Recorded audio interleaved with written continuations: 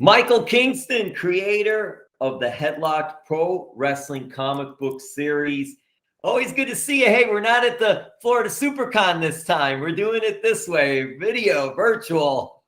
Yeah, this is definitely a new one. I'm not used to getting recorded by your little camera there.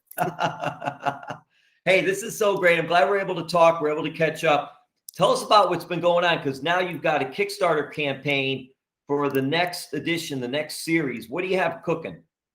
So we're running a Kickstarter for Tales from the Road Volume 2, which for people who don't know, Tales from the Road is a series of short stories, comic book stories that I co-create with a bunch of different wrestlers.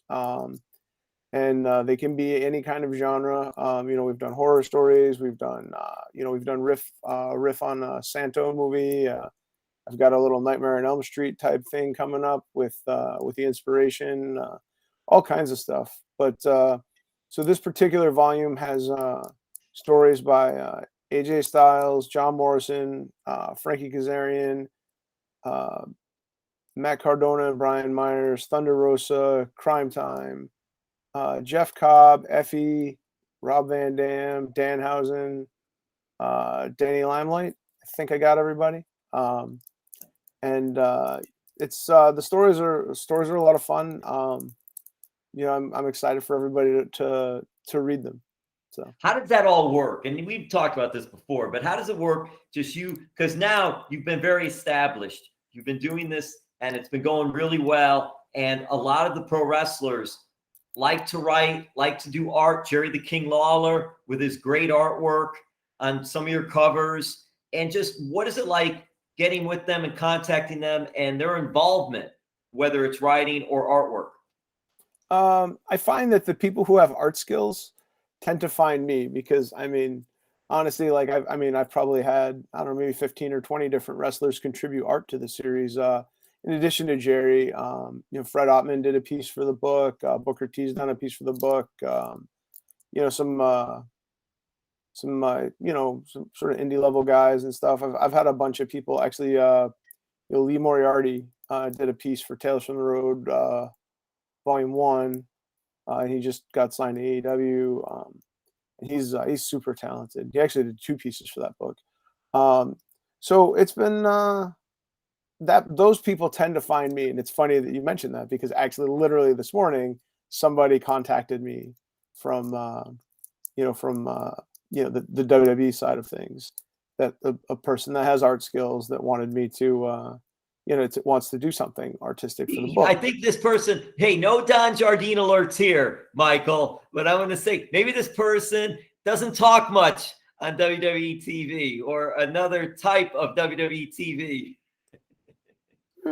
No, that's not who you're thinking of. Oh, then it's someone that he's already done stuff. He's done 2 pieces for the book. He was in he's super talented. Dexter Loomis. He's awesome. I love him. I've known him since the beginning almost. And I'm so happy for his success. But he's a super talented artist. But yeah, he did a piece for I think the first 2 books. I'd love to get him to do a cover someday. I've got a couple of pieces of original art that he's done for me, and I love it. It's prized possessions. But yeah, so it's cool. Like there's people that you don't expect. That have art skills because it's not, you know somebody for one thing, you don't necessarily know it. And I'm, in the sort of rare market for art produced by wrestlers. So those people tend to find me. Wrestlers who like comics tend to find me.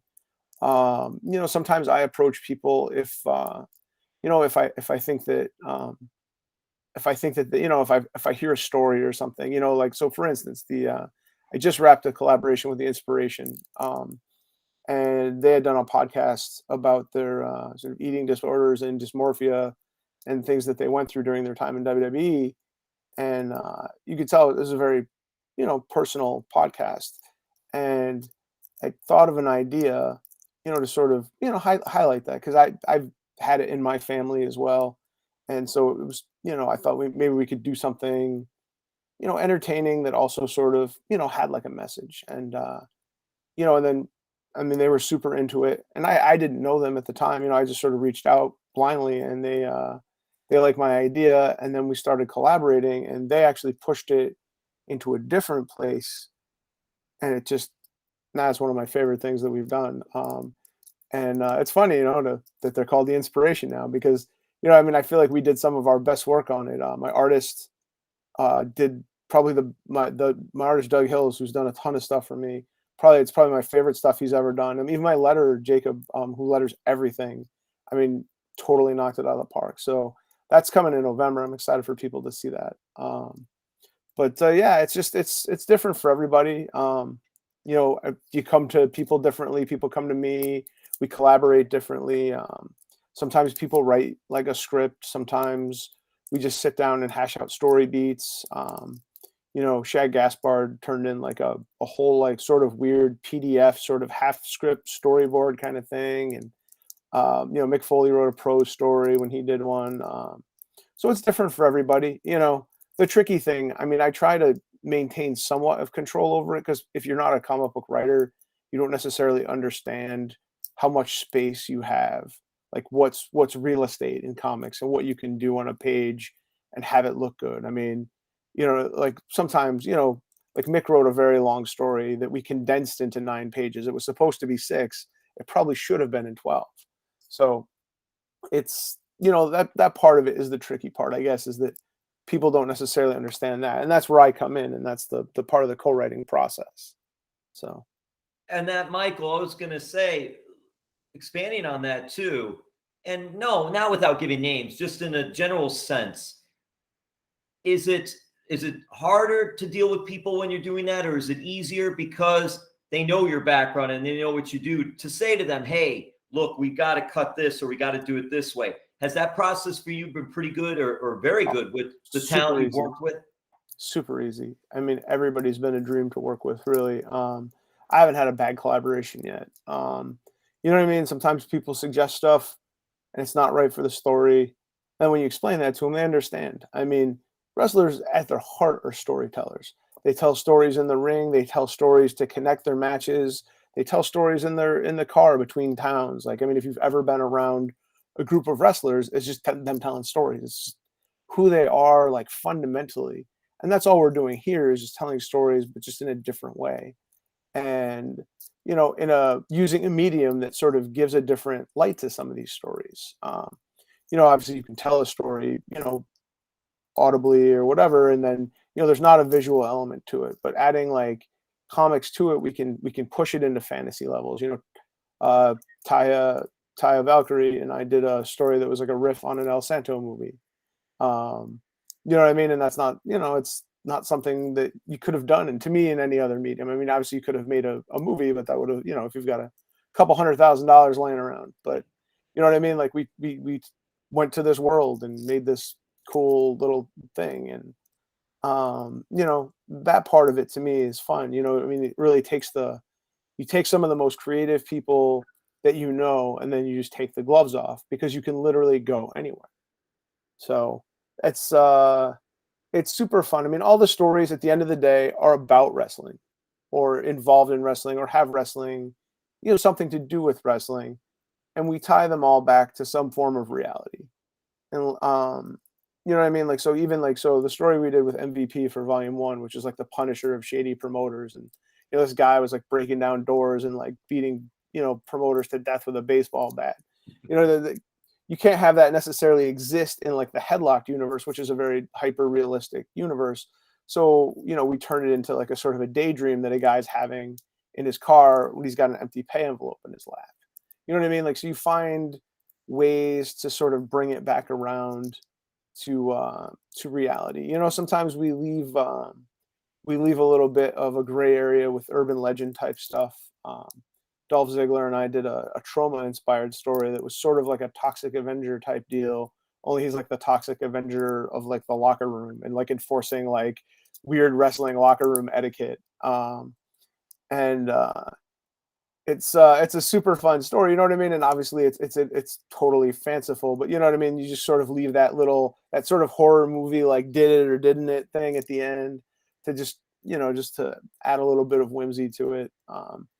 but yeah, I mean, we've made, I don't know, we've made so many cool stories, and there's a lot of really Michael, cool ones. you mentioned Dolph, and the only thing I could think of when you said that was all those WWE dress code policies and things that they. Sure. And I mean, we said it in the 80s, you know, because the 80s is such a ridiculous time. And obviously, Trauma really has that sort of 80s vibe to it, you know, that distinctly 80s vibe. And so the idea was that there was a skinny kid in the locker room, and these two sort of jacked up, you know, meatheads, you know, are hazing him, and they throw him in the trash in a dumpster. And then, like, the sort of combination of, you know, supplements and self tanner and beer bottles and whatever and Gold Bond, like, you know, turn him into this sort of monstrous locker room enforcer. And it's fun, man. I mean, I don't know. It's some of the most fun I've had making comics. Like, I love Headlocked, and that's a story that's very personal to me. And you know, and I you know, I love the collaboration I have with that. But like Tales from the Road allows us to literally play in every kind of genre, and it's fun. It's a lot of fun. And I'm working on a Christmas story right now with a very unexpected collaborator. People are going to be really surprised, and it also has a little bit of a celebrity tie into it. And then Jerry and I, you know, Jerry's done all my covers for the books, but we're going to actually do a story for February that is the ode to wrestling journeyman. So we've got a lot of cool stuff coming up. I just got a new deal with somebody for March, who is sort of on the Lucha Libre side, that I'm excited about, and then I got a couple big names slotted for after that. So you know, in this book we have a Toy Story sort of riff that we did with Matt Cardona and Brian Myers. That's something that I love, and I think that we're going to try to do more of. You know, we present them in their sort of stomp in paradise personas as action figures, and those action figures are like the A team of action figures that, you know, that's who action figures call when they need help. And I've, you know, while we were brainstorming ideas for this, I came up with like 30 ideas, and I was like, man, we could write this thing forever. So I really want to do more of that. And that's the best thing, you know, like when I started this, I just wanted to make a cool wrestling comic, and I've never in a million years would have imagined that it's turned out like this, where I'm just sitting down with wrestlers and collaborating and stuff. And I mean, some of the talent, you know, obviously some talent were released last night. I mean, people have already hit me up. So, I mean, it's just so much fun. You know, I'm not getting rich doing any of this. I don't make, you know, I don't really make any money. Everything we make goes back into the next thing. And I just want to make comics as long as I humanly can. And you know, we hope we find an audience for it, and that people, you know, people love reading them as much as we love making them. Well, Michael, even when you were out at different Comic Cons and traveling around, what type of feedback did you get from those in the business? So that's been the best, honestly. Like the best compliments I get about the Headlock series in particular. I mean, when we first came out with you know, the last territory, I remember like probably 5 or 6 guys were like, "There's no way you've never been a wrestler." And I'm like, "I haven't." You know what I mean? I studied it. You know, I have a biochemistry degree. Like, I'm extremely research oriented, and I talk to people, and you know, I just tried to, you know, I spent a couple days, you know, bumping around in a ring to try to get a feel for how it was. And you know, I just tried to be respectful to the craft of wrestling, and you know, some of the negative aspects of the business drive the story forward, but it's always, you know, it's the one sort of common refrain that you hear from people is, "I would wrestle for free." It's, you know, it's the BS you have to pay me for. And that's sort of, you know, in addition to obviously Mike Hartman's journey in Headlocked, you sort of the hero is sort of the craft of wrestling, and then sort of the, you know, the heel is the business.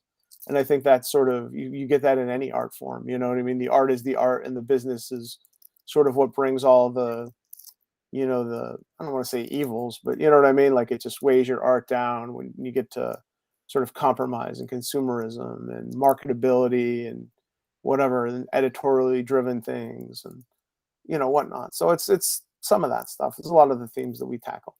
There's some of that stuff, but I also would think, Michael, and you would know better than me, that in dealing with the market, that because of social media and because of apps and streaming and different things like that, you have more freedoms than back many years ago when you were almost like tied to have to do what the client or the company said. It's never, so I do a lot of panels for people about breaking into comics just because I've made every mistake in the book, and my path is a very unique one. You know what I mean? I built a comic outside of comics. You know what I mean? Like, I don't exist in the comics business. I don't sell my books in comic book stores. You know, some of them I do, obviously, if they order them, but I don't use the traditional comic book apparatus. Like, I built a comic outside of comics. But I try to educate people on their options and stuff, because there's a lot of different ways. You know what I mean? There's no real instruction, and there's a lot of different ways you can go off the path and all of that. So, but one of the things I always tell people in this year or whatever that we are right now, it's never been easier to make your own comic. I mean, you can make a comic and put it on Tumblr, but I mean, there's webtoons, you can upload stuff for free. I mean, it's digital art makes it easier for people to collaborate across long distances, but it's also never been harder to get your stuff noticed, because you're just, you know what I mean? Like, there's a million things that you're vying for people's attention. And people always think like, oh, you're just competing with other comic books, but it's not like you start your day and you're just like, oh, I have X amount of time allotted to comic books. I mean, it's anything. I mean, to me, my competition is, TikTok, YouTube, Fortnite, the 7 days a week of wrestling content that's on every day now. All of it is competition for what I'm doing. So it's my job to try to make something that is worth people's time, that's worth people's money, and worth people's consideration. So, and that's always been the hardest battle. I'm a double independent.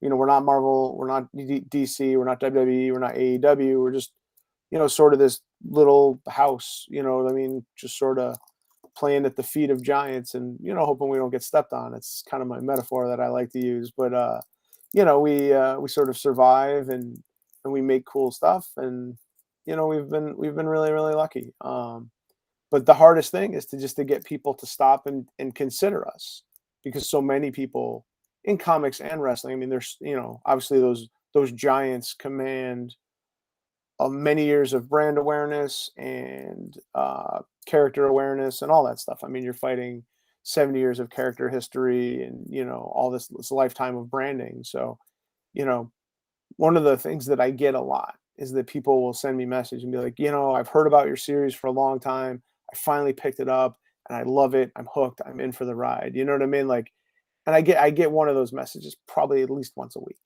So you know what I mean? Like, I just want people to, just to give us a shot and see what we have to offer.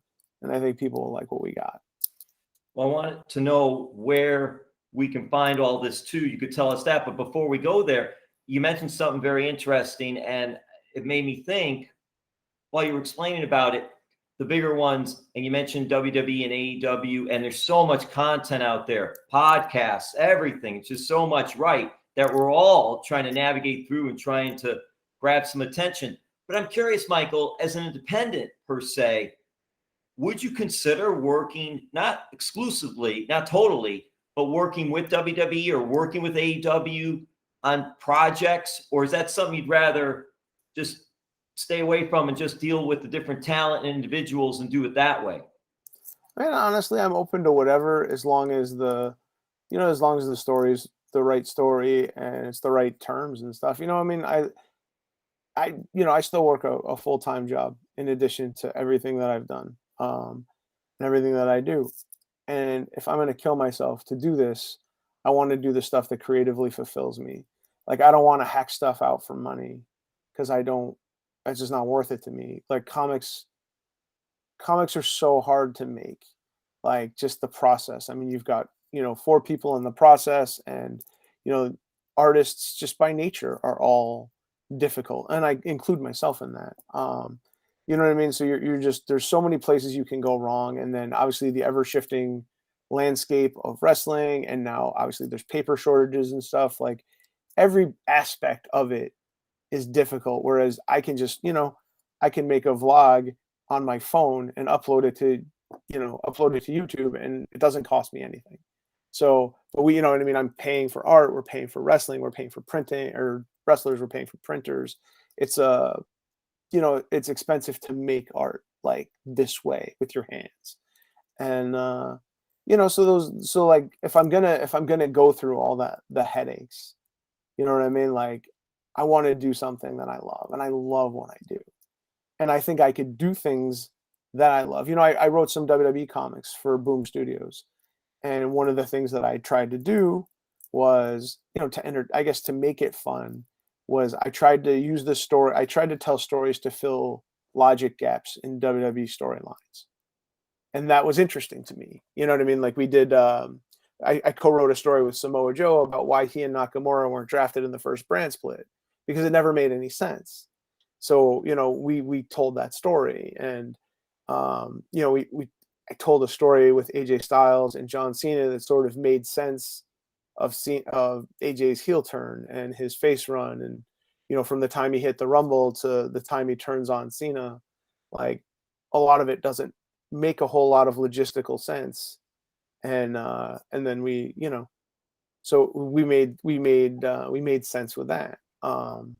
We did a Bret Hart story that sort of was a retrospective on his career through the eyes of like Jimmy Hart. And that was fun too. It was like Jimmy Hart giving him advice before his first match, and sort of then doing like a retrospective on Bret's career. And then sort of at the end, you see Jimmy as a heel going to sort of wish Bret good luck as he goes out to fight Flair to when he wins the belt. And, I got like Bret and Jimmy Hart both reached out to me and told me they loved it. And that was so cool, like, so as long as the story's right, you know what I mean? As long as there's a soul to it, and it's not, you know what I mean, some hacked out thing, like I'll do anything that, you know what I mean? Like that, making comics is, I would say it's the great joy of my life. And, it's brought all the best things to me, that are in my life, my friends, and, sort of, respect and purpose and everything. So, I mean, I love doing it, and I just want to keep doing it, and I will do it as long as people will allow me to. Comic book series maven and biochemist. How about that? I heard you say that in there. Yeah. Well, I mean, at this point, honestly, I mean, I have a degree, but I mean, I probably couldn't pass an intro chemistry test. It's been so long, but, it's a No fun one's thing going to hold that against you, Michael. Hey, tell us, okay, so where people can check things out, and then also the Kickstarter campaign too for this incredible offering. So all of my socials are headlockedcomic.com. It's all me. Website, you can get books there, Facebook, Twitter, Instagram, YouTube. And then the Kickstarter campaigns at kickstarter.com. You can search for Tales from the Road Volume 2, or you can find the links on our socials, in all of our bios. The campaign ends on Thursday, November 11th at 8 p.m.